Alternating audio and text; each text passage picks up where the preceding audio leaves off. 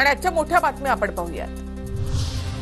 भाई जगताप यांनी निवडणूक आयोगाचा अपमान केला, त्यांच्यावर कारवाई करा। भाजपचे नेते किरीट सोमय्या यांची निवडणूक आयोग आणि मुंबई पोलिसांकडे तक्रार। मी निवडणूक आयोगाची माफी मागणार नाही, निवडणूक आयोग ही हुजुरीसारखं काम करते, भाई जगताप यांचा आरोप।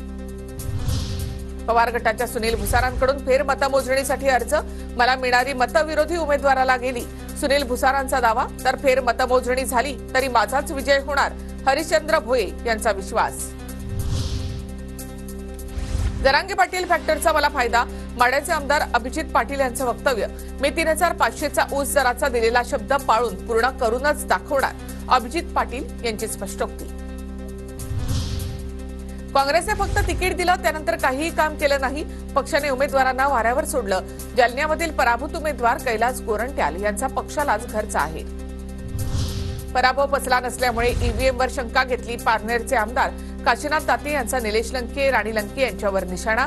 जिंकलो तर ईव्हीएम चांगलं, हरलो तर घोटाळा, हा आरोप चुकीचा, दातेंचं वक्तव्य। पारनेरमध्ये राणी लंकेंकडून फेर तपासणीची मागणी। शिवसेनेचे आमदार आमच्या पाडवींवर अश्लील शिवीगाळ केल्याचा आणि मारहाणीचा आरोप। आमच्या पाडवींनी महिलेला आणि तिच्या कुटुंबाला मारहाण केल्याचा आरोप, आमच्या पाडवींसह कार्यकर्त्यांवर गुन्हा दाखल।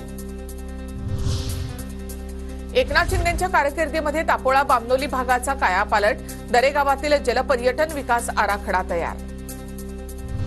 दिल्लीचे माजी मुख्यमंत्री अरविंद केजरीवाल यांच्यावर हल्ला करण्याचा प्रयत्न, पदयात्रेच्या दरम्यान केजरीवाल यांच्यावर अज्ञाताने द्रव पदार्थ फेकला, सुरक्षा रक्षकांनी तात्काळ संशयित व्यक्तीला ताब्यात घेतलं।